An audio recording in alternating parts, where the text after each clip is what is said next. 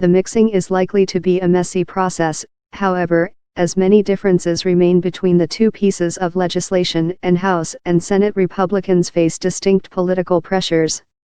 Some House conservatives are bristling at a deal made between Senate Majority Leader Mitch McConnell, R. Kentucky, and Senator Susan Collins, R. Maine, that both the House and Senate would pass two bills to shore up the Affordable Care Act's individual markets in order for her to back tax reform. One of the bills would restore billions of dollars in subsidies to insurance companies that lower premiums for lower-income customers, while the other would allow states to form high-risk pools for sicker customers. Collins made the deal because the Senate bill would repeal Obamacare's individual mandate, and she believes these two stabilizing bills are needed to help offset negative effects on customers' premiums from that repeal.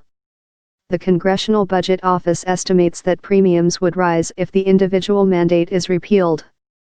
Collins, a moderate who voted for the Senate's bill last week but against the GOP's Obamacare repeal plans, said she believes her agreement with McConnell covers the House, as well. The negotiations are going well and I remain confident despite your skepticism, Collins told reporters Thursday. House Speaker Paul Ryan sounded positive about this deal in a press conference, though he said he was not involved in the discussions. She's put some very productive solutions on the table, Ryan said of Collins. Our members are looking at the same kind of solutions. But not everyone is on board yet. I am not bound by some deal that a few senators make, Representative Jeff Fortenberry, RNEB, told NewsPulse News. I don't work for the United States Senate, nobody else does around here, either.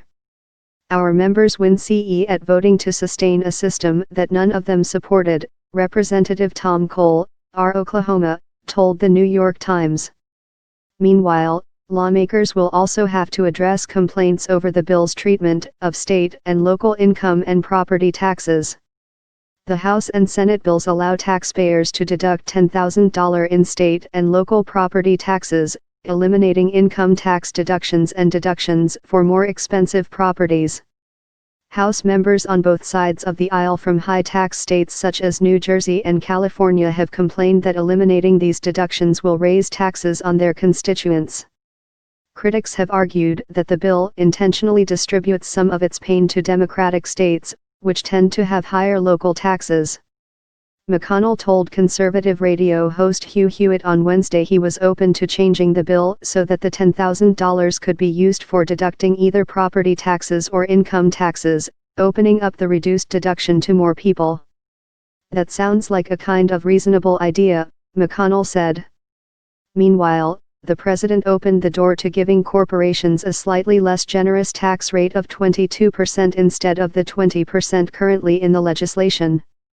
The current tax code levies a 35% rate on businesses. Some Republican senators have jumped on this idea, hoping that the extra revenue could fund a more generous child tax credit or be used to repeal another tax on corporations, the alternative minimum tax. But resistance remains. I'm likely to advocate on keeping it where it is, said Senator Tim Scott, RSC, a member of the conference committee.